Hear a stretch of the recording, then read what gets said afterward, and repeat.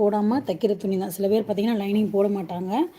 ஆனால் இவங்க வந்து நமக்கு லைனிங் போட்டு தைச்சா அப்படின்னா ரொம்ப நாளைக்கு உழைக்கும் அப்படின்றக்காக என்னுடைய கஸ்டமர் வந்து லைனிங் போட்டே தைச்சி கொடுத்துருங்க அப்படின்னு சொல்லிட்டாங்க. நானுமே பார்த்திங்க அப்படின்னா எனக்கு நான் தைக்கும்போது இதுக்கு நான் லைனிங் போட்டு தான் தைப்பேன். ஏன்னா நம்ம இந்த மாதிரி துணியெல்லாம் பார்த்திங்கன்னா லைனிங் போடாமல் தைச்சோம் அப்படின்னா சீக்கிரம் வந்து வெளுத்து போயிடும். அதே மாதிரி பார்த்திங்கன்னா அந்த பின்னு குத்துற இடத்துலலாம் பார்த்திங்கன்னா சீக்கிரம் வந்து கிழிஞ்சு போயிடும்.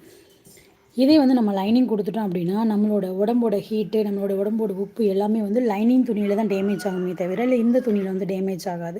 அப்போ வந்து ரொம்ப நாளைக்கு வந்து இது வந்து உழைக்கும்.